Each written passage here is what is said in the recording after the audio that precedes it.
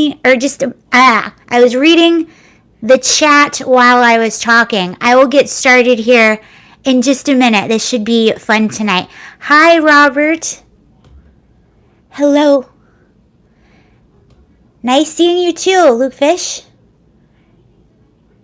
Oh, someone said, wow, YouTube notifications are working. Lance said that. Yay, that's good news. Ow. Hello.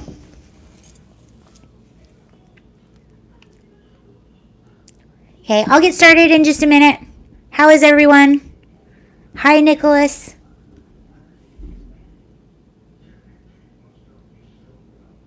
I got the notification from YouTube also.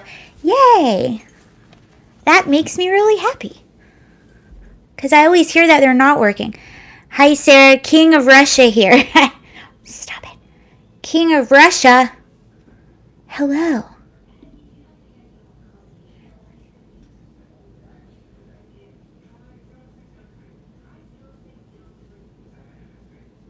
I'm never getting M&Ms ever again. This M&M thing, I'll tell you all about that. It's just, I started reading about it and I was like, I quit. I quit.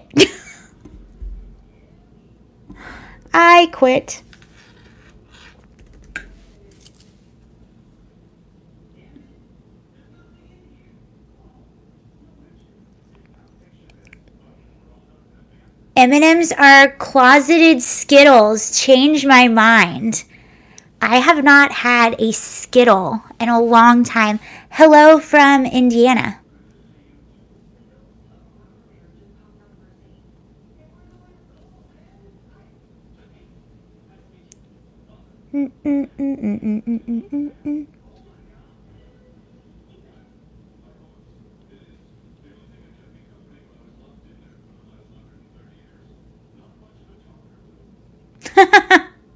I'll just read you what I'm looking at on Twitter. I will get started in probably like 2 minutes, but I'm just happen to be looking on Twitter, and I see today Gavin Newsom viewed the Union Pacific aftermath.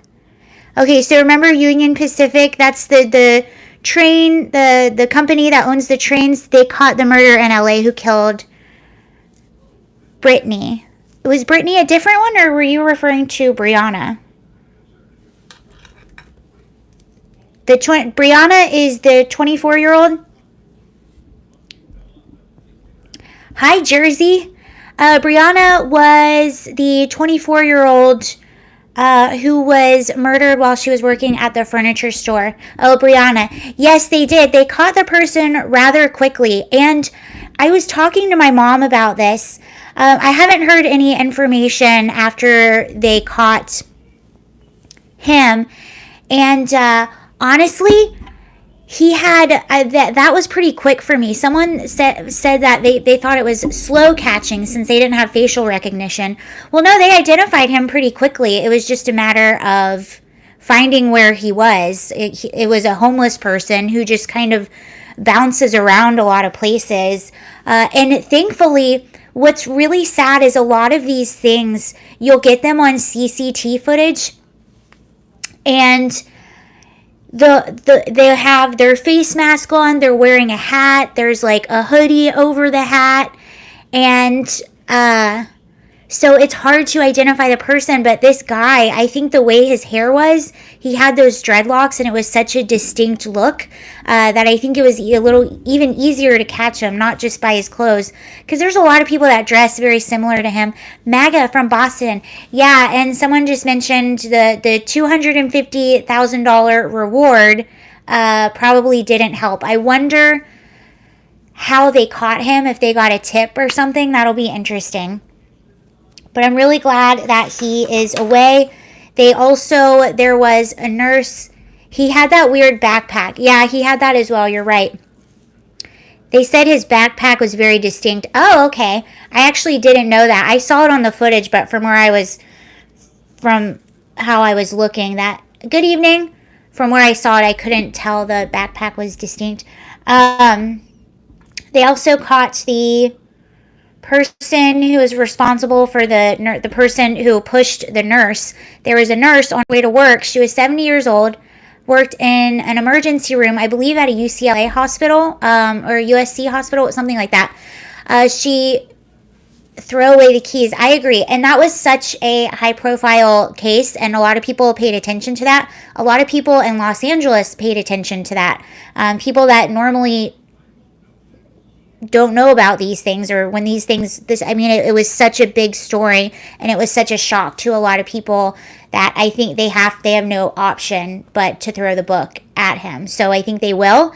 The same as the person, and this person was just charged with murder. We are expecting an ice storm later tonight and tomorrow. So are we. Wait, Glenn, where are you at again? I forgot. We had rain all day, and then it turned into sleet, and then it snowed a little bit, but it was kind of a dusting of snow. So I think it might freeze tonight. I don't know what it's supposed to do tomorrow. I'll have to look at that. But I get sidetracked. The person that was responsible, so the nurse, she was at a bus station getting a bus to go to work. She was 70 years old, was a nurse for 25 years, worked in the emergency room, Wilmington, North Carolina. Okay, so you're not far from me. And this homeless man just randomly, for no reason, pushed her down, and the way that she fell and hit her head on the ground actually caused her to pass away a few days or a week later in the hospital. They found that person too. They actually found him asleep on a bench nearby where this incident happened.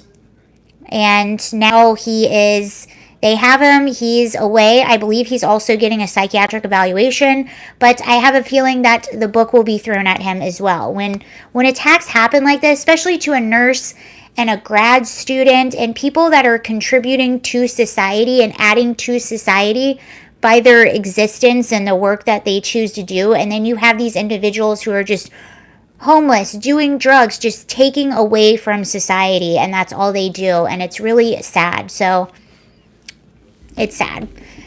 And with all these, we've talked about this a billion times over, with all of these new progressive DAs who are claiming that the attackers on these crimes are the victims, or treating them that way, is really messed up. And it was actually Brianna's father who said, people like my daughter, the good people of society, the people that you want to live in your community and that you want to have your neighbor, we should be rewarding them and propping those people up. Tucker Carlson recently had a segment about this too. And I think he's actually making a documentary style. Well, he has a show on Fox Nation. It's sort of like a documentary style. He'll release one like every month or so. And they're doing one on the homeless situation in LA, which I'm really excited to watch. But he's saying, the way that our society is going, we're putting billions of dollars to the homeless problem, and it's getting worse. And in every city that's pumping so much money into the homeless situation to, help homeless, the homeless problem is just getting worse in all of those cities, and it really is, whether it's Chicago, Los Angeles, San Francisco, New York City. The homeless population has increased in those cities, and they spend more than anyone does on homeless. So you would think it would get better and not worse, but and they're pumping more money into homeless programs than they are for like college kids or for small businesses or for families. You are taking away from the people that are adding to society, and you're basically rewarding people that just do nothing but take from society and have no regard for human life or quality of life or anything. I think it was, I might be wrong, but I think it was was it Seattle or Portland? It was either in Seattle or Portland, but they pumped millions of dollars into this housing unit, and it's basically like luxury apartments with this beautiful view of, it was either Portland or Seattle, and so it's going to be housing for homeless individuals. Like something that a normal, like single working class person probably couldn't even afford. It's unbelievable. And they bought it from the developer at market price. The city bought that from the developer at market price. So taxpayers paid for these luxury apartments for the homeless population. And the homeless population keeps getting worse. And it's interesting too. Sorry, I'm going off into a rant and then I'll get started, I promise. The interesting thing is too, Caitlyn Jenner's nickname pre-op was Tucker. You made me say that out loud. Oh no. I lost my train of thought. I totally lost my train of thought. Oh, let me read you what, okay. So the Union Pacific problem, that's where all the train thefts were happening. You saw those insane pictures. If I forgot what I was just talking about, I'm sorry, but that was, whoever just said that joke, that's your fault. The Democrats are attempting a communist takeover. Yeah. I mean, it's dehumanizing when you see people that are just drug addicts that don't do anything to help society. They just bring down society and they get all this money pumped at them. And then you are told, if you complain about them, that you're the one with the problem and you're the one that needs to have compassion. When you're watching your neighborhood just go to crap and you don't feel safe anymore, it's dehumanizing. It's like, well, okay, I clearly don't matter, then I'll go and live somewhere where I do matter. Today, Governor Newsom viewed the Union Pacific aftermath after massive thefts and robberies. Looks like a third world country. Newsom brought Gascon here. Gascon knew about this criminal activity for months and did nothing. Time to look in the mirror and take responsibility. Did he really? Did that happen? Yeah, Gascon had Gascon, he's the Los Angeles DA. He had a letter written to him back in December from the Union Pacific people. So he knew very well that this was an issue and he didn't do anything. Okay, enough about that. Let's get started now. 13 minutes in. M&Ms, you guys. They must have a diversity team because they need one. M&M characters are becoming inclusive. I thought this was the Babylon Bee, but it's not the Babylon Bee. It's not the Onion. This is real life. The beloved M&M characters are becoming more inclusive with several changes that are subtle but noticeable. Mars Wrigley, which owns M&M's, announced on Thursday a global commitment to creating a world where everyone feels they belong and society is inclusive, because I need my M&Ms to make me feel like I'm more included. The green M&M character will lose her peach-colored legs and stiletto boots in favor of white legs and sneakers after criticism. Who criticized this? After criticism that the character was sexualized. Mars said it wanted the green M&M to be better represented to reflect confidence and empowerment as a strong female and known for much more than her boots. Because I need to look at this fictional character that represents candy, which is bad for me. I need to feel like she represents women's empowerment. The brown M&M will have her heels lowered to a professional height. In a Q&A on the company's website for each character, her character says she is not bossy, just the boss. Meanwhile, the green and brown M&Ms will no longer have a rivalry, but will now be together throwing shine, not shade. This is so hilarious. It's actually not hilarious. I quit. The anxious orange M&M, who Mars says is one of the most relatable characters with Gen Z. Ho! Did you just say the quiet part out loud? We need to resurrect. Yeah, Gen Z, they do connect with that one much more because they have been so sheltered, everything offends them.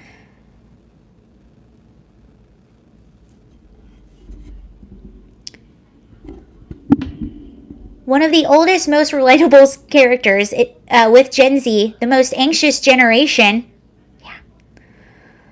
previously had his shoes untied, but will now have them tied. I wonder if they feel anxious because he might trip.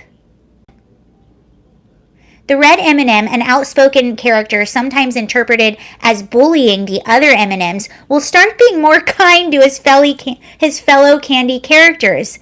The new version of the characters will roll out online this week and will start appearing on M&M's packaging later this year. The changes are meant to increase a sense of belonging for 10 million people around the world by 2025. M&Ms have long been committed to creating colorful fun for all, and this purpose serves as a more concrete commitment to what we've already believed as a brand. Wow.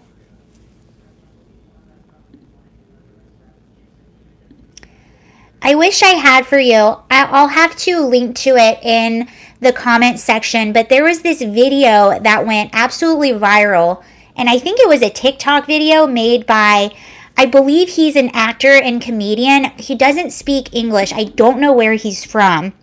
But it was this brilliant video that he made. And it was just like a 30-second video. And it was, let's see, 70s, 80s, 90s, 2000s. So it had 4 sections in it. And each section, he's walking and he runs into the side of the door. So he hits his shoulder on the side of a door as he's walking through a door. And the first one says, born in 1970. And he walks through, hits his shoulder, doesn't flinch, keeps walking. The second video is born in 1980. So he walks, hits his shoulder, goes, ugh, and then keeps walking. Then it was born in 1990. Walks through, hits his shoulder the same exact way, goes, ow, looks at it, and then keeps walking.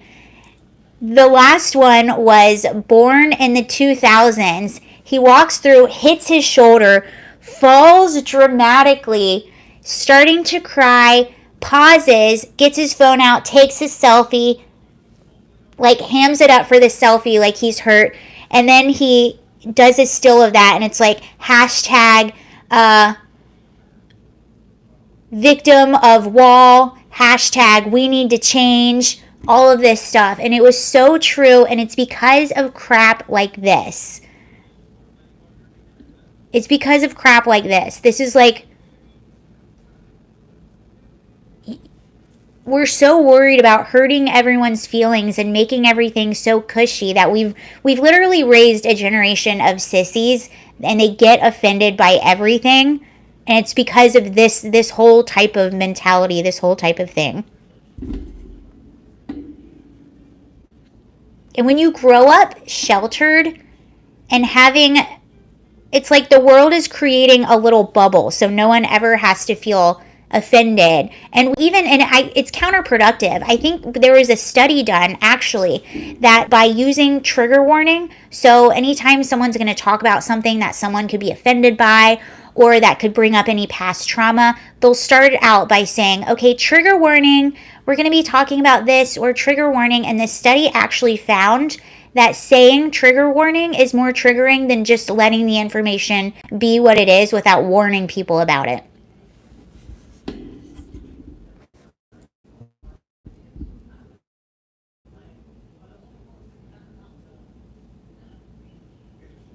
Yeah, but are Twix bars misogynist? Probably.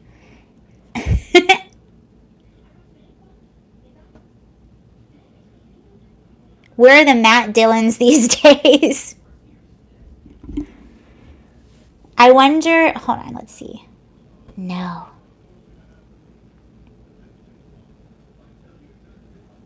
Yeah, and I'm lucky that my mom, Glenn just said, growing up in the 70s, you just walk and you hurt yourself a little and you just keep going. I'm lucky that I was not I grew up just outside playing. I was kind of a latchkey kid, so I had to learn a lot of things just myself. And, it's interesting because growing up, I had I'll use a little case study for you. A little personal study. So I grew up, my parents divorced when I was really young. I was a latchkey kid, so when I came home from school, my my mom raised my sister and I. She was a single mom. So I would come home from school and there was no one at home. So I pretty much had to learn how to, clean up after myself. I would make myself food, do my homework, all of that. I kind of had to be my own parent a little bit until my mom got home. And grew up like playing outside, just stuff like that. One of my really good friends that I grew up with, she had the total opposite kind of life. Her parents, they're still married. She was an only child. She was incredibly, incredibly sheltered. And we grew up to be just completely different people. And it's really interesting to see how both of us deal with conflict. And I remember at the time when I was younger thinking, man, I wish I had just the perfect life and I wish I had both my parents. But all of those things that I went through actually made me stronger. And now I wouldn't trade my childhood for anything. I'm so glad that I didn't have overprotective parents or that I was able to kind of figure things out and learn things on my own, because I'm a lot more resilient now than other people that I know. Interesting. Yeah, I quit. M&M's, I quit. Why are you even having this conversation? This is just, they don't really care about being inclusive. This is a little, stunt that they're doing because, oh, look at us, we're a great company, buy my product. It never has to do with the fact that they actually care. Okay, let's talk about the NCAA. So we'll go to Caitlyn Jenner first, because the NCAA actually changed their rules. So we've been talking about biological men competing in women's sports, and one of the reasons this became, I'm an honorary Gen Xer. One of the reasons this became such a huge topic of conversation recently is because of UPenn Leah Thomas. Leah Thomas grew up as a biological male, went through puberty, was a swimmer on the men's team at UPenn for 3 years and was an elite swimmer. So it wasn't like he was the bottom. He was an elite swimmer on the men's team for 3 years, and then underwent testosterone suppressant and started transitioning to be a female, although I don't believe he had any surgery or anything like that. I think he's still, Leah still has the male parts, I believe, but was able to actually join the women's swim team and swim as a woman, because according to the NCAA, you only need to be on testosterone suppressants for a year and you can join the women's team. And that is the only stipulation they have. And as you would think, as one would predict, Leah has been dominating the sport and has been winning competitions at unprecedented rates. So this has been a big topic of conversation. Does the NCAA need to change their rules? Well, Caitlyn Jenner, and you guys told me about this because I didn't see it at first. Caitlyn Jenner actually went on Fox News and was discussing this issue. And I'll let you know what Caitlyn said, because I really called out some really important things. And I'm glad someone that is trans is coming out and calling this out for what it is. So Caitlyn said, Olympic gold medalist Caitlyn Jenner, who came out publicly as transgender in 2015, this is just in case you don't know who Caitlyn Jenner is, has been outspoken critic of transgender women competing in women's sports and has called on the NCAA to change its rules when it comes to transgender athletes. And the NCAA, I believe they did meet yesterday and did change some of the rules, but I personally don't think they're good enough. Caitlyn said, biological boys, I've said it from the beginning, should not be playing in women's sports.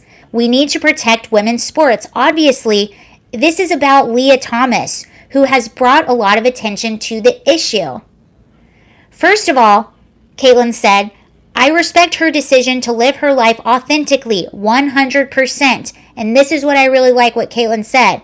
But it also comes with responsibility and some integrity. Thank you for saying that. I don't know why she's doing it. She knows when she's swimming, she's beating the competition by 2 laps. She was born a biological boy. She was raised as a biological boy. Her cardiovascular system is bigger. Her respiratory system is bigger. Her hands are bigger. She can swim faster. That is known. I love it. And Caitlyn went on to say, all of this woke world we're living in right now is not working. I feel sorry for the other athletes that are out there, especially at Penn or anyone she's competing with, because it's the woke world, you have to say. Because in the woke world, you have to say, oh my gosh, this is great, and on and on and on. No, it's not. We need to protect women's sports. And the NCAA needs to make the right decision tomorrow. This was right before Wednesday. And I think that is probably going to stop right now. Rethink it. I am so glad that Caitlyn called out the integrity of Leah, because Leah, as a swimmer, should have a better understanding of the fairness than the average person, because Leah is a swimmer, and to be an athlete at that level, I would assume that you would understand the human body a little bit more than the average person and its capabilities and the fairness level. And I really do think this says something of Leah, who knows there is an advantage for going and doing this. And I think that Caitlyn was correct in saying it comes with responsibility and integrity. And maybe that's the choice you make. Okay, I'm going to start transitioning, but maybe I just give up that I can compete in swimming. I can still swim, I can still go to the pool and do what I love to do, but maybe I just can't do it at a competitive level. And there's a reason why you see men, biological men who are transitioning, going into women's sports, yet you don't see it the other way around. There's a reason for that. And I don't know if you saw this story. So there's a lot going on here. But there actually, and Leah competed against this individual. There is, and I can't remember what the team is, but there is a swimmer that is still swimming as a woman that is transitioning to be male. Why didn't that swimmer try to be on the men's team? Because men have an advantage. That's why they don't do that. It's interesting too. I was watching, I don't know if you ever watched the podcast You Are Here with Elijah Schaefer and Sydney Watson, but I was watching that right before, hi William, I was watching that right before I started this live stream, and they had an individual who is a biological woman but transitioned to be a male and lives life as a male, even though this person is a biological female. Looks like a male. I would never guess it was a biological female. Well, before this person transitioned, she was a lesbian, because she was like, oh, I was just a butch female, so I, was a lesbian. She was a runner. And she goes, I'm really against biological men competing in women's sports, no matter what they do, no matter how much, testosterone suppressant they take, because I used to be a woman who was an athlete. And this person, Buck Angel is the name, Buck said, I know that it's unfair. I used to be an athlete as a woman, and women are never going to get these records back. Those records at UPenn, no woman is ever going to be able to beat that or ever get that record back ever again. And it's unfair. And now we can kind of go into Dr. Phill, because this was really interesting. By the way, Dr. Phill, I used to watch Dr. Phill a long time ago when I was still an Oprah fan. Haven't watched him recently. My mom loves Dr. Phill and watches Dr. Phill all the time. And, but I will say, Dr. Phill has had some really interesting conversations on his show recently, and he has mostly a leftist audience, and I really appreciate having these conversations. So he had James Lindsay on. They had a conversation about critical race theory and basically had a debate about CRT in schools, which I really appreciated that. And he had both sides on. And he just had a show on gender theory, gender identity, in which he had Matt Walsh from the Daily Wire on, and he had other I think it was like he had a biological woman who transitioned to be a male and a biological male who transitioned to be a woman. And they debated. Since then, you can guess that far leftist people on the internet are having complete meltdowns because of it. But it was a really, really good show, and I really enjoyed watching Matt on it. But I'll give you some of the highlights from what happened. Leftists. Okay, so Dr. Phill had on conservative Daily Wire host and author Matt Walsh show offering a different opinion on pervasive radical left-wing gender theory. And this is the theory that a trans woman is a woman. This is the theory that you should be. Glenn was on. What's up, Glenn? Show is on YouTube. Hi, William. So you should go by your gender identity and not your biological sex. That's basically gender theory, and these are the laws that are really blurring the lines right now, because you are respecting people's gender identity versus their biological sex. Which my view on this has always been, however you want to live your life, I totally respect that. If you want to dress as something different than your biological sex and present as something different than your biological sex, go ahead and do that. I don't mind. I have respect for everyone, just like I want to be respected. But the issue is when your rights impede on other people's rights. That's where the problem is. And you have law like California, for example. You can be a biological male who hasn't even transitioned fully to a woman. You can be a biological male and go into a women's bathroom or a women's private space, now even a women's prison, if you just simply identify as a woman. You don't have to transition. You don't have to have woman parts. As long as you identify as a woman, you have access to these spaces, and I am not okay with that.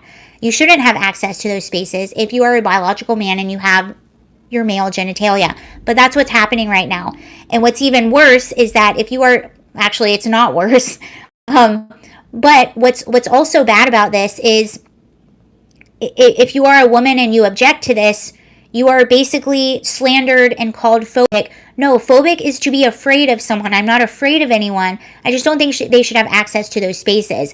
And, your biological sex goes all the way to the fiber of your being. And it is important, and words matter. And that's what Matt points out here.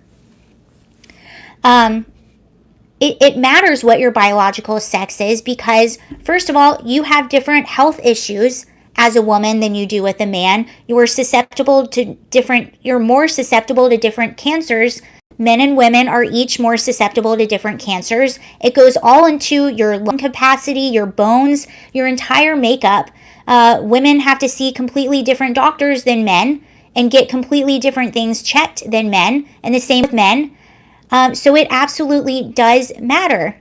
And what the whole thing is now, trans women are women, and that's what they're going by now. No, you are still different. Anyway, sorry, but here it is.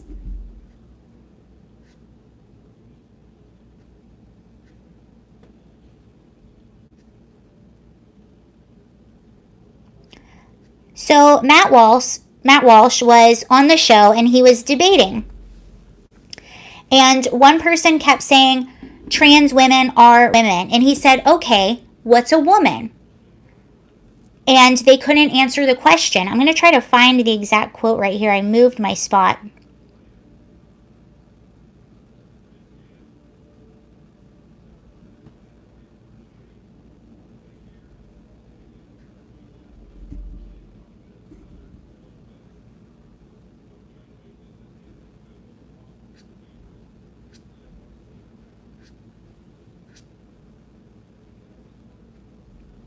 Where did it go? Give me 1 second.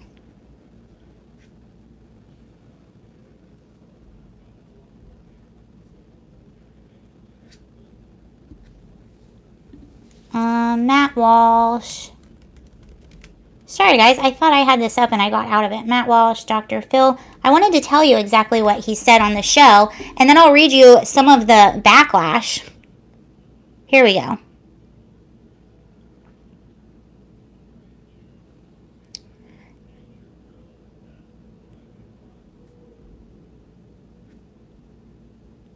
Hold on, the Daily.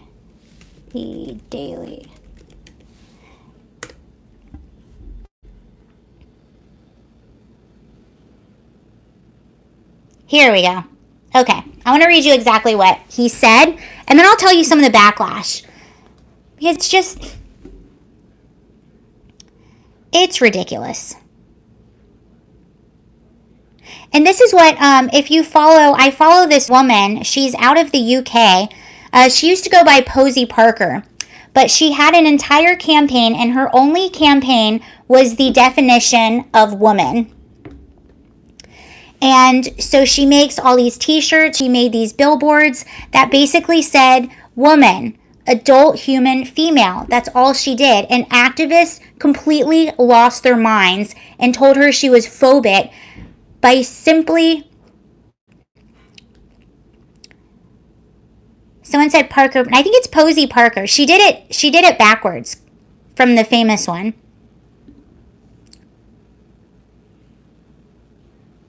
That was her whole campaign. And people freaked out simply because of the definition of a woman. Two different people.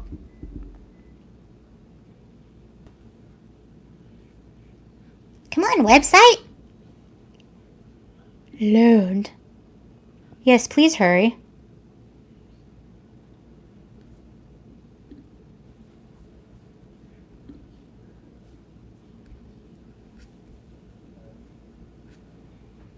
Matt Long.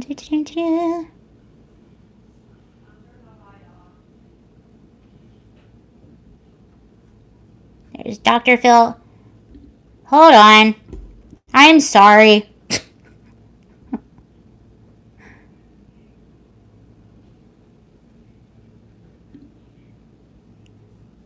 Why are you doing this to me?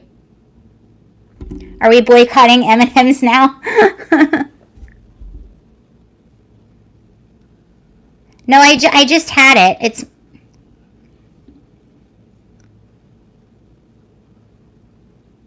Hello.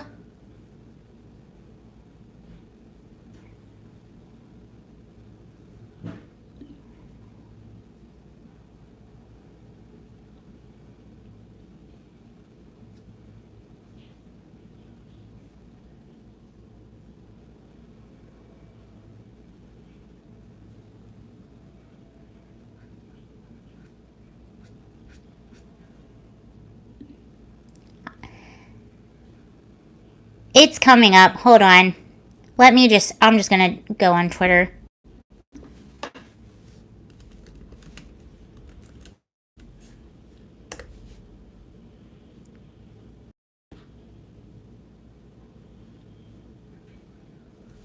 Thought I was prepared.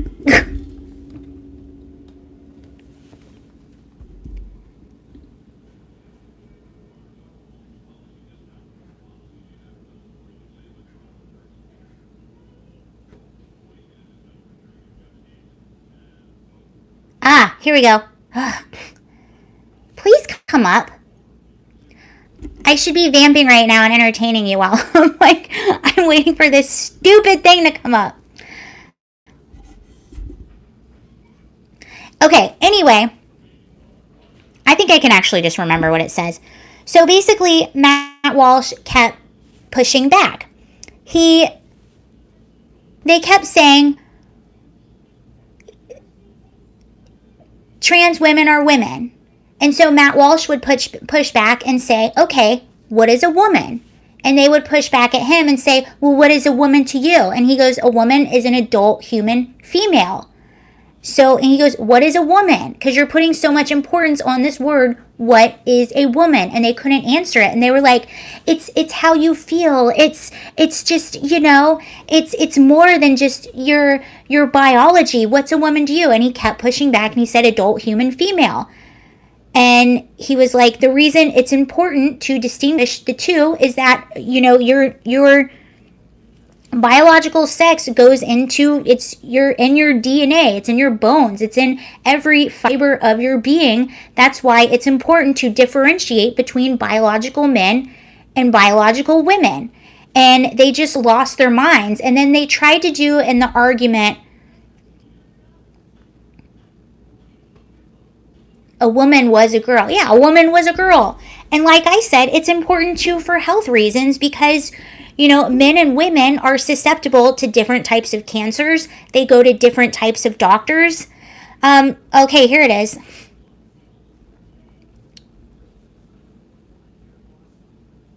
So what they asked about, and then this is what they also do. Then they'll push back. Why do you care so much? You're a man. Like, why do you care so much? I don't understand. Like, why do you care about me so much?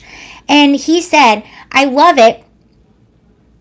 During one of the segments, Walsh had his motives questioned by a woman who was pushing radical gender theory. Part of me wants to ask why you care so much, because it's really not that big of a deal. And he said, and by the way, his response to this completely left the crowd silenced. And the crowd was cheering for the radical gender theory people the whole time. And I love the way he answered it. He goes, I would love to answer this question. I care about the truth. So basic truth matters. I want to live in a society where people care about the truth and we're grounded in truth. I care about children, and these insane ideas about gender being foisted on kids, and that bothers me quite a bit. I care about women who are having their opportunities stolen from them. I can't speak. I care quite a bit, yeah, he went on to say. And they lost their minds because of this. And he's absolutely right. Women are having things taken from them. Women don't feel safe in some spaces. And of course, kids having this hoisted on them.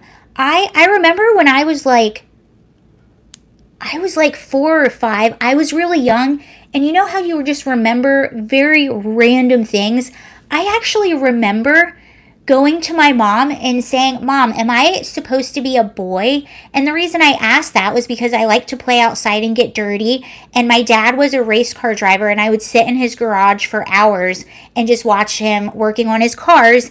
And I associated those things in my young mind as more boyish things. So I was like, am I supposed to be a boy? And my mom looked at me and she goes, no, you're a girl. And then that was the end of it. That was the end of the conversation. That was the end of me ever thinking that. Imagine if my mom was one of these radical gender theory and she would be like, oh my gosh, my daughter is so brave. She is so young and she's recognizing that she is such a boy, that she is a boy because she's like boy things. It fetishizes gender stereotypes.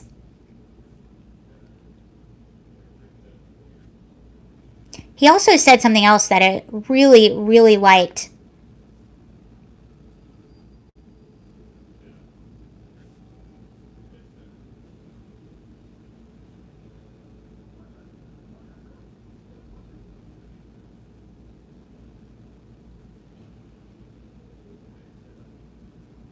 He also said, the greatest female Jeopardy champion of all time is a man.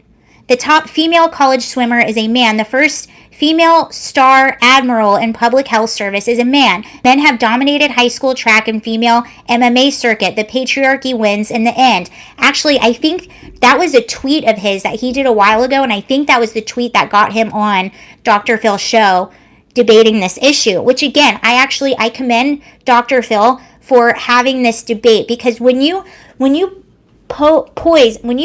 argue back just basic truths, a woman is an adult human female. When you just push back in basic truths, it shows the giant hole in their argument, and they literally short circuit.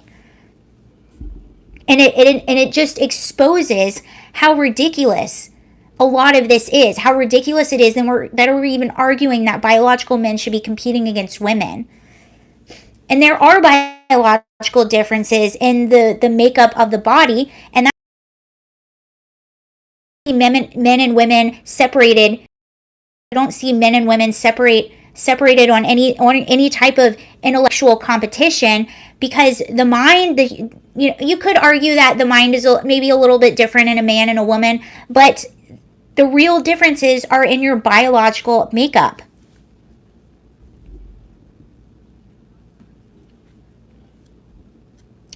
He also pushed back at one point. This isn't in this article, so I can directly quote him. He did push back at one point and say that, you're reducing womanhood to basically makeup and the way you dress, and that is appropriating womanhood. That is appropriating being a woman. You can't just put on makeup and put on a dress and now you're a woman. Being a woman is so much more than that, and it does have to do with your biological makeup, and I agree with that. I respect however you want to dress and look and do, and I actually prefer people that go against the norm. I think they're interesting to be around, but when your rights start to impede on mine, then that's where the issue is.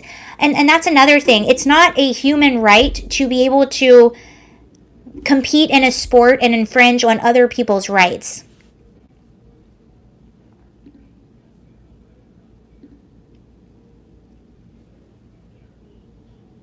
Thank you. Snooze You Lose said, being a woman or a man is far more than basic gender stereotypes. Yes. And that's what feminism was for so many years. Feminism was saying, you can be a woman and have short hair. You can be a woman and like to work on cars all day. You can be a woman and not dress super feminism. That's what a tomboy is. And women have fought to say you can still be a woman and not have to subscribe to gender stereotypes, and I do feel like sometimes it is appropriating womanhood and reinforcing these gender stereotypes. You can be a boy and be a little more effeminate. That doesn't mean that you were supposed to be a girl. And that's another thing, because it's almost like this whole ideology is going backwards, and when you argue it with just simple and basic truth, it loses its argument. It short circuits. They can't argue. That's why they flip out. And honestly, what I just said to you, those quotes that I just gave to you from Matt Walsh, were really the most offensive things. If you were going to look at something that was offensive, that was the worst things that he said. And he is just speaking basic truth. And this was some of the backlash that he got. This is just... Did I just go away from that article? Hold on, let me pull up this article. No, but people just lost it. And the people that were on the show debating him, the gender theory people, they were like, we got blindsided and we had no idea why this got taken down. And it's like, he didn't say anything violent. And you should be able... And when someone says, why do you care so much? It's like, why do you care so much? I'm respecting you. I'm just giving you my opinion. If you're comfortable and secure with who you are, why are you so aggressive about policing language and so aggressive that I have to accept all of your ideas, otherwise I'm phobic? Why do you care so much? I make YouTube videos. I make things on the internet. I get nasty comments all the time. Do I care? No, because I'm comfortable and I'm confident in myself. And if you don't like me, that's totally fine. Someone said 3 for 1 blindsided. Exactly. But they were saying that they were experiencing anxiety and depression after the show, and this was just awful. And it's like, dude, how are you supposed to get through life? The reason they do is because they are so authoritarian in their way of thinking. And it does. When you are so authoritarian in your way of thinking, when you are not comfortable and confident in yourself, and somebody threatens that because they're not abiding by your set of rules, it does make you spiral. That's why it's so much better just to not care. Okay, so this is what some of the people said. Oh, so this was on, so Addison Addison Ethan is the person who said that, or the person that Matt Walsh asked to define what a woman is. And this is what Addison said on her Instagram stories after the show aired. Addison said, so I guess they filmed it about a month ago. They usually film it in advance and then it airs later on down the road. So Addison said on the Instagram story, about a month ago, Ethan and I were invited to be a guest on the Dr. Phill show to share our stories and discuss pronouns. We were excited for the opportunity to educate in a safe space. What ended up happening was much different than they discussed with us, and we left feeling attacked by another guest and played by the producers. Since the taping, Ethan and I have been experiencing a heightened level of anxiety to the point where we've had numerous nightmares and depression spirals over the last month. This week has been worse. Please send us both good vibes today. We really could use it. And that's how they felt after the show. Now, I don't know. Sometimes shows like Dr. Phill, they're not totally honest with their guests. I don't know about that show. Clearly, maybe they didn't tell them everything. I don't know.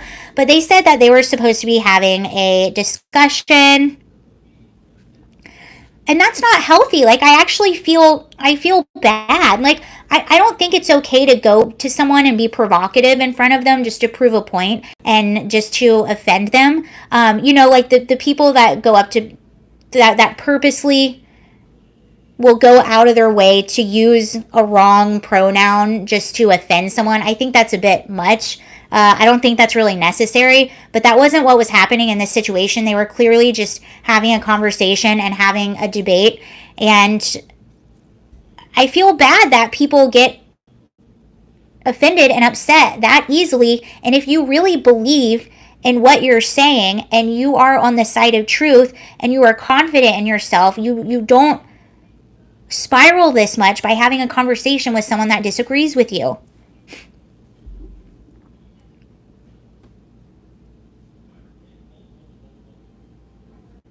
Matt Walsh said something about this, so he posted the screenshots from these Instagram stories where they said they've been experiencing high levels of anxiety. And he said the other guests on the Dr. Phill panel are complaining that I gave them nightmares. I attacked them by asking them to define the words they were using. And that's really it. Please send good vibes, folks. This is a tough time. So he was kind of mocking them.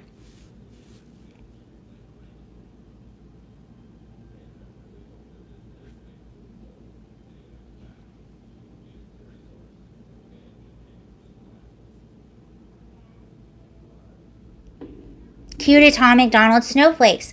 And I really do feel bad for people like that, because if you are so triggered, thank you for using that word, Timothy. If you are so triggered by people that disagree with you, you are going to live a very miserable life. Because guess what? A lot of people are not going to agree with you.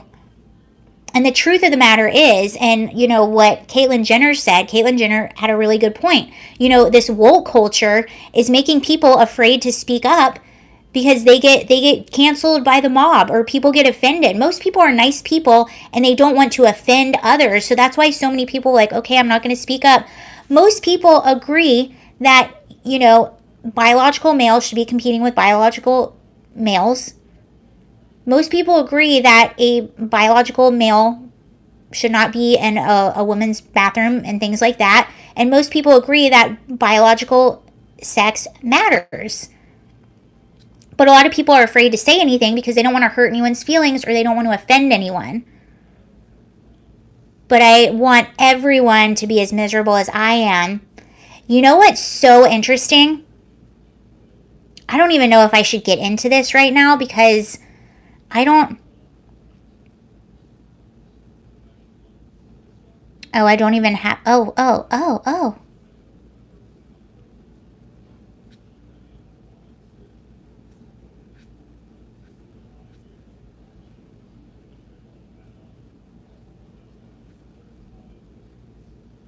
I'm trying to find, you're going to find this really interesting because this describes completely the mentality behind this.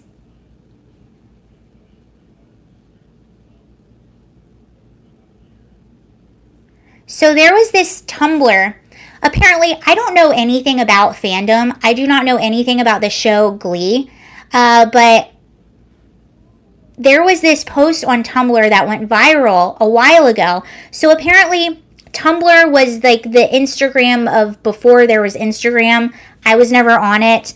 That was people like younger than me that did Tumblr, but it's like a social site where a lot of people could interact, I guess. And there were a lot of people that were fans of Glee. It was like they had this whole fandom. They had this whole culture of just really aggressive fans that would come after each other and fight after every episode. And it's really, and people have made the argument that this was sort of the beginning of woke culture. Like a lot of people talk about woke culture coming from universities and things like that. But now, and you'll see how this is happening, a lot of people are saying it actually could have, they're making the argument, it could have come from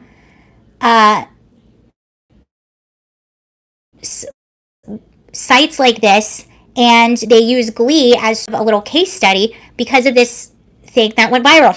So the thing about Glee is the way that they cast Glee, it was like they should have got the diversity award. There was, you know, a lesbian, there was someone that was disabled, every ethnicity, like just everything you could possibly imagine. You had the white male jock character who wasn't very smart.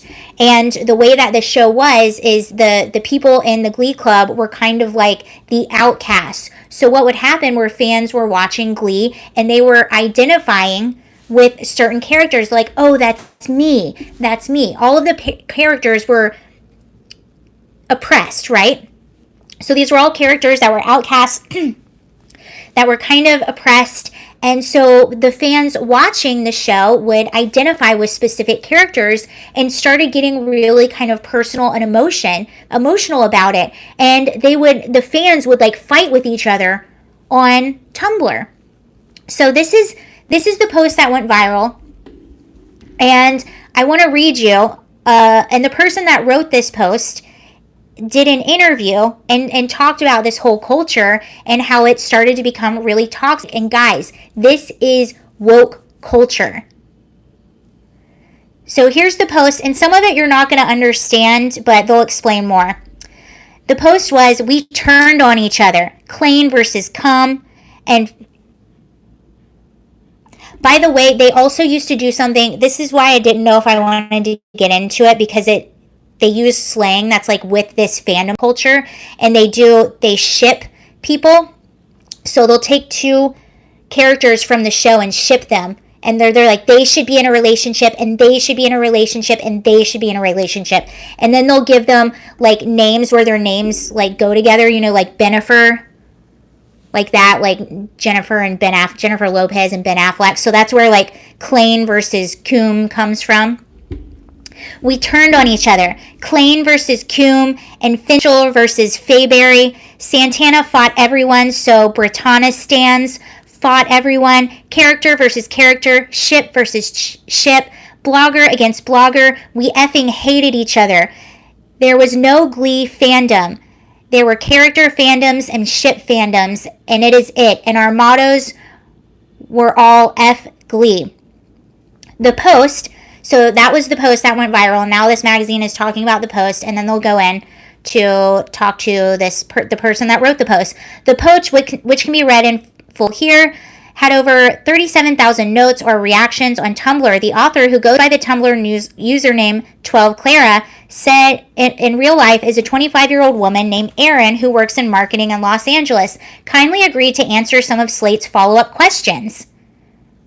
The interview has been edited and condensed, and she asked not to have her real name used.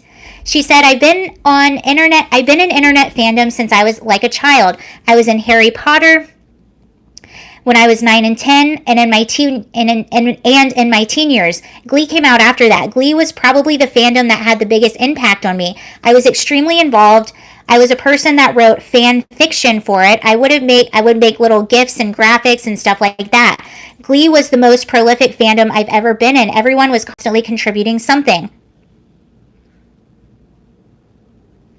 It was at a time in my life when I had just come out. I'm a lesbian. See, they identified with people in the show.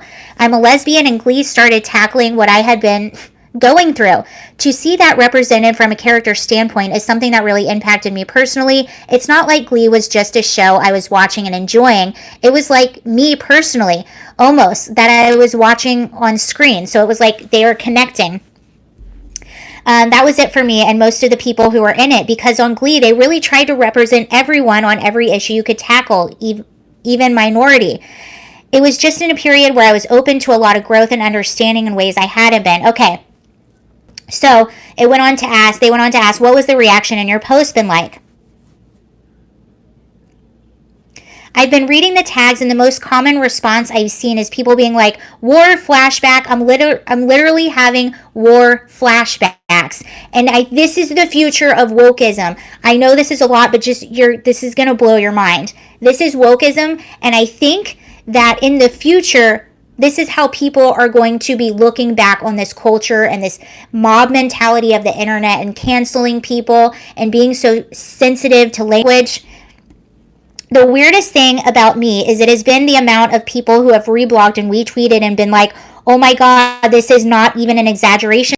The interesting thing about the response is that after everyone left the Glee fandom, never talked about it. I think this is the future of wokeism. After everyone leaves the woke, no one will talk about it, except the people like us who've been making fun of it. It was like you left and it was done. In the past, you couldn't bring it up. It was almost like a taboo subject. It was almost like we all had this mass hallucination. So now I feel like a lot of the response has been people like, holy cow, I can't believe we never even talked about how insane that was, and now we finally are. The future. It's like after you were burned by it, and yes, the woke eats its own. Glee got to the point where it was like, I literally can't defend this anymore. I can't defend what's going on or how this person is being represented or this relationship or this one-liner. So it was almost embarrassing afterwards to be like, I was a part of that and I persisted in that, and now I don't want to talk about it. It was just so awful. Everybody hated each other. Take me back to the experience of an average week in the fandom, the person asking the questions at the interviewer, the person asking the questions. I remember it after an episode aired. It wouldn't be uncommon for me to see 11,000 people on my blog at a time. I've definitely never seen another fandom quite of the size and the engagement of Glee. The biggest interactions would be after an episode or even during an episode, but it was all week long, 24/7, and it was all encompassing. We would watch the episode. Something inevitably would piss off some subsections. So you see they had subsections, which the woke does. They have these little subsections and these sub-communities of identity. This is identity politics. Or some character would fight with a different character, or maybe somebody would break up or whatever. Because of that, it would be a bombardment of their fans on Tumblr yelling at each other. Excuse me, I was sick a few weeks ago.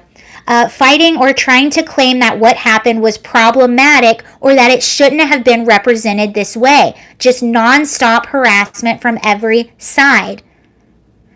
If something happened that you were happy about, you couldn't even be happy about it because there's a whole other section of the fandom who was furious with you as if you were the people who wrote the episode. It wasn't just that there was one side to an issue, but all of a sudden there were 50 different sides to an issue, and every single side had 30,000 people behind it all screaming at you. Does that not sound familiar? One of the biggest arguments between fandoms I remember really well was when Finn, that's the character, kind of outed Santana. I think Santana was a lesbian, so he outed her.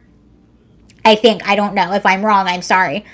But it sounds familiar, does it not? And they're going to get into identity politics after this. So the people in the fandom basically indoctrinated themselves into identity politics to shut down arguments. It's like This is really fascinating to me because it goes into what I think the real psychology is behind this wokeism and identity politics. One of the biggest arguments between fandoms that I remember really well was when Finn kind of outed Santana. I think he's saying girls just want to have fun to her. I remember everyone on my side thinking, what the F? In no way, shape, or form was this ever acceptable. This was our position. Then there were people on the other side saying, no, he was really worried she was going to end her life, and he did this out of the goodness of his heart. And the show presented it in that way. This went on for days and days. I probably still have messages in my inbox yelling at me about this issue. I would post something like, this was extremely inappropriate, that never should have happened. You don't out somebody like that. F Finn. Basically, people in your fandom would reblog it and it would get seen by people who are in the opposite fandom, and then they would reblog it saying, you're wrong, he has good intentions. It would just go back and forth like that. At this point, it's not even as if we were all open to receiving any insight from each other. We were very firmly in our corners and we were not moving. Now here's where it gets even more interesting. I obviously knew, so the interviewer asks, you mentioned the word problematic specifically played a big role in this. Isn't that word familiar? The wokies love to use the word problematic. Everything is everything is problematic. Everything is offensive. I obviously knew the word before Glee, she goes on to say. Almost like the word problematic became the Bible of Glee. It was like, this is your way to instantly prove someone else is wrong. Then you were instantly shut down. It was the be-all, end-all argument. I'm sure the most times anyone has ever used the word in history were probably during the days of Glee. It sort of infiltrated Tumblr vocabulary. When everyone left Glee and they went into their new fandoms, we all took it with us. So they took this word, they were in this giant fandom, they took this sort of ideology with them, and it went out into society and spread and just plagued the rest of society. And you can see they used the word problematic to shut down any argument against them, and that was just like the end all be all. It's like if you're a woman and you oppose certain ideology, you're called a phobe. If you are Republican, you are called every kind of bigot and ism on the book, and that is because it automatically shuts down your argument and the authoritarian wins. It's not because they have a better argument. They don't want to hear it. They don't want to be challenged. Okay, so the interviewer asks, you also wrote about how you see elements of the fights that played out in Glee all over Tumblr and even in their larger culture now. And she answers, I can remember Tumblr before it was so swathed in identity politics. And it's not even that it's a bad thing. Tumblr is an interesting place where it's somehow the most educated and least educated platform I'm on. So I want to acknowledge that somebody just said the word problematic is problematic. Yeah, I can't stand the word problematic. I can't stand it. Glee gave us all language to talk about the problems we are seeing in media that we may not have seen before. I would say the sweet spot in age for Glee was that time, probably like 14 or 15 to the early 2000s. For a lot of people, this is the first time they were coming into contact with identity politics, and this was the first time they were coming into contact with each other and these other identities. That really is a staple now of Tumblr in a way. I didn't see that much before Glee. The interviewer says, are you still very into Tumblr? She goes on to say, I'm less into it now, and it's kind of why I originally started writing that post, because it became so hard to be there and enjoy things anymore. Everybody's so primed for a fight over anything, really. It's a lot of conflicting opinions. I did my time. Now I just want to enjoy things in peace and have a critical discussion about them when necessary, and not every waking minute of every day. And interesting, huh? That basically is woke culture, and that there it is. This is when these kids basically in the fandom basically indoctrinated themselves in identity politics to shut each other down, and then they kept that and took it with them and went off into society and took the virus, the real epidemic, with them. I just thought that was just incredibly interesting and fascinating, and I wonder, like, all the radical leftists that take part in this canceling of people, complaining online, calling everything problematic, getting offended by everything, and focusing on their identity more than their character. I wonder if this is going to be them in a few years looking back. I hope so. Looking back and being kind of embarrassed to have ever even been a part of that culture. Because it eats away at you. They will end up consuming themselves. Yes, and that's exactly, I feel like what she was describing. She was describing this culture and where it will end up consuming you. It's the way that it's designed. It's inevitable that it will end up consuming you and everyone involved in it. And that is like the radical left. That's why we always say the left, it eats themselves. And to be in that, on that side of culture, you have to constantly be offended by everything. I remember I was in an improv class in, imagine their future class reunions. No, because they're not even going to have class reunions, because they're going to find something offensive about class reunions, and they're going to abolish class reunions. But they do, and they take the fun out of everything. Like what she was saying, it took the fun out of it. I wasn't having fun anymore. I was just arguing about everything and trying to defend my point. And it didn't matter what Glee did, there was always somebody that had a problem with it. And what this fandom group liked it because maybe it was good for their character group, but the other fandom group hated it because it was bad for their character group.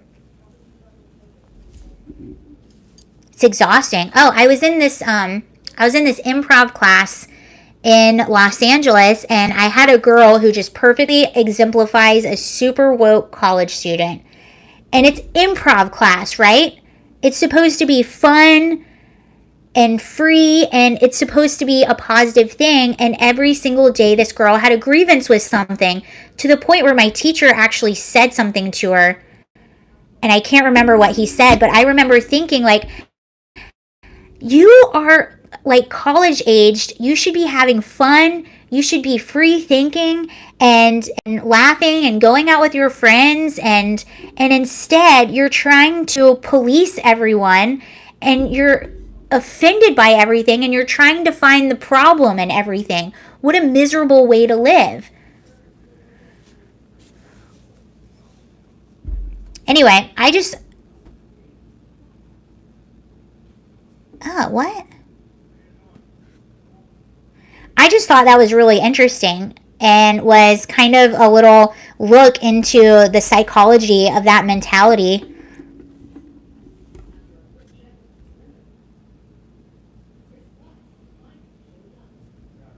So that's cool.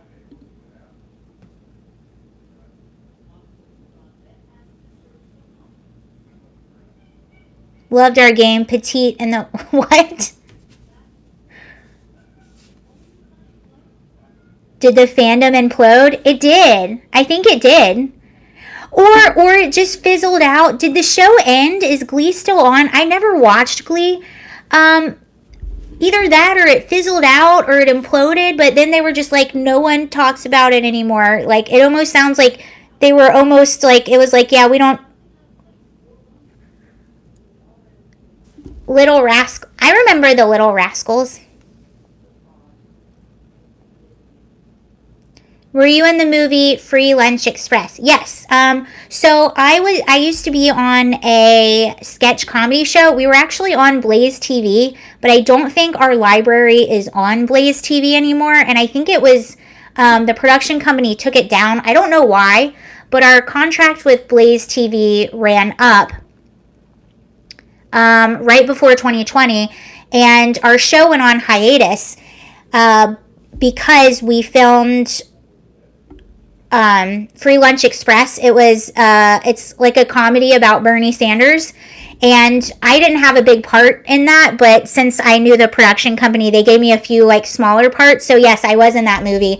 And we got really lucky too because the last day of filming on that movie was right before everything shut down. So we got, I think, really lucky. But yes, I was in the movie and it was actually really fun to film. And my co-star that was on the sketch comedy show, Sam, played Bernie Sanders, and he was hilarious as Bernie Sanders. I could not take him seriously in any scene with him at all. But that's out. I think you can rent it on YouTube. You can rent it on Prime, all of those places if you want to watch it. But I played one of the hippies that was in Not a Lot of People Know. Sarah, it looks like Glee quit in 2005. Okay, so I think then that's probably what happened. It ended, and then because of that, the fandom just disappeared. Did he look and sound like Bernie? He did, and he had on makeup. Like he had like I think a prosthetic nose, and he had makeup to make him look older and give him the white hair because he's like in his, I think he's in his early 30s. I'm not sure. Yeah, he looked like Bernie Sanders and he talked like him. I was actually also in a sketch comedy scene with him when he played Beto O'Rourke. It was so funny. He did such a good Beto O'Rourke. That wasn't in the movie. That was just on our sketch comedy show.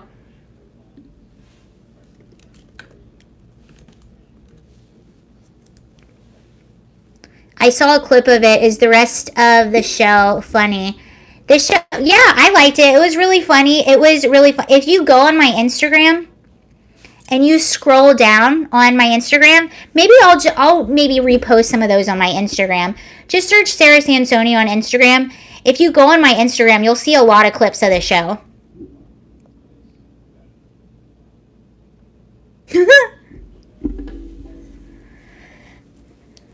But one of my favorite things that we did, and I have a few clips of this on my Instagram, we did a scene where he was the dad and I was the mom, and our kids came home from school and our little girl was freaking out because Greta Thunberg went to the school and told her that the world was going to end and we were all going to die. And she was like, "Mom, am I going to die?" Mr. Old School, I follow you on IG. Yeah, if you scroll down, you'll see a bunch of like acting clips, and a lot of them are from the show. I just clipped a few things out, but we did a lot of fun stuff. But the producers they live in Vermont, and they would fly to Los Angeles, and we would film in Los Angeles, and we just haven't picked back up after the pandemic. So I don't know if the show would ever happen again. I haven't heard from them. I don't know what their plans are. But yeah, it's kind of sad. I actually miss that a lot. We would film a few days out of every month, and it was cool. We were on Blaze TV for a while. That's Glenn Beck's channel. And then after our contract ran up, they were going to go independently. But I don't know. We filmed the movie, and then the pandemic happened, and so I don't know.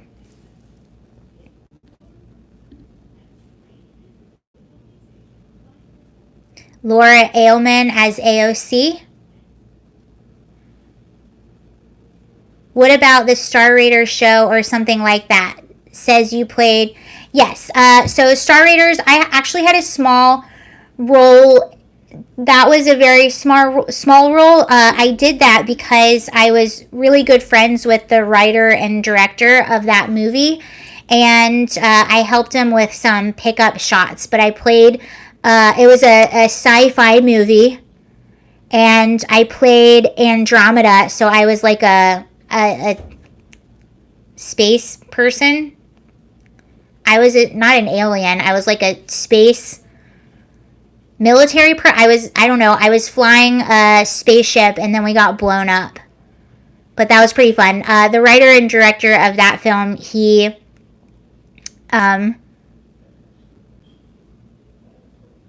plasma torpedoes.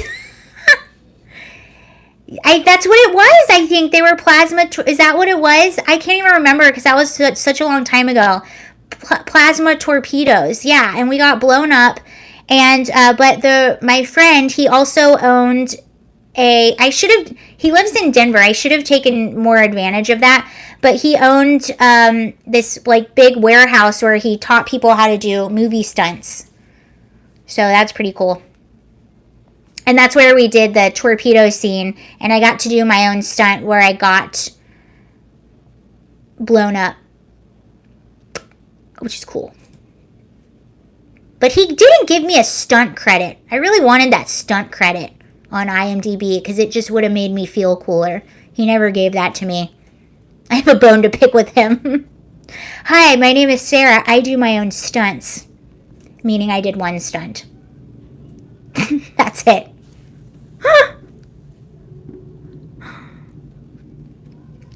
But that one stunt was very important to me.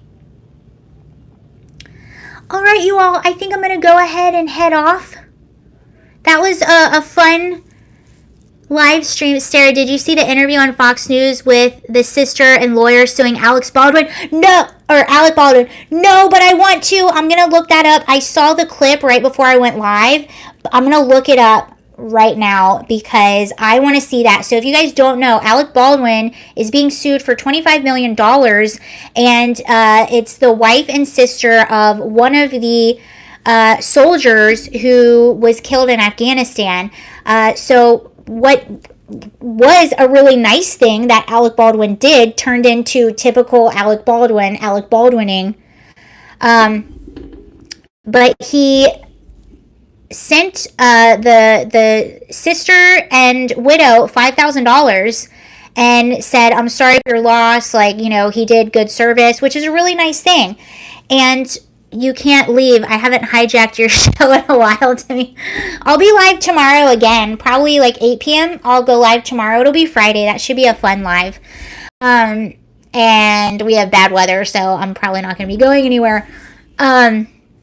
Sent them $5,000 and then saw a post, and I can't remember if it was the sister or the widow, but one of them, he saw a post on their Instagram in which they were at the Capitol, and it was right before the anniversary of January 6th, and he misinterpreted the entire picture and basically called her an insurrectionist and even like reposted that on his social media, which he has over 2 million followers. And because of that, they got all these threats. And he was saying that they were insurrectionists and, stormed the Capitol, which was absolutely not true. He totally misinterpreted the photo, and they're suing him for defamation. I believe it's defamation or something like that, which they might actually, defamation cases, from what I've heard, I'm not a lawyer, are very hard to actually win. But in this case, I don't know, like, because he is such a public person, and these are private citizens that he defamed. Alec Baldwin was good on Beetlejuice. I will say, he was actually good on 30 Rock. I thought he was really funny. And yeah, they're suing for $25 million. So I'm going to watch that clip, but look into that story. It's really interesting. Why you would do that? I mean, and Alec Baldwin is already in a heap of potential trouble right now. His lawyer, someone needs to just take his phone away. Can someone just take Alec Baldwin's phone away? Like, this is probably not the time to be on the internet, I think, at all for Alec Baldwin. Take the man's phone away. Anyway, thank you guys for watching, and have a really good night. I'll be live. They should be awarded $200 million. I think so. And it seems like they might actually, because they are private citizens and because he is such a public person with such a massive following. I mean, I don't know. And he,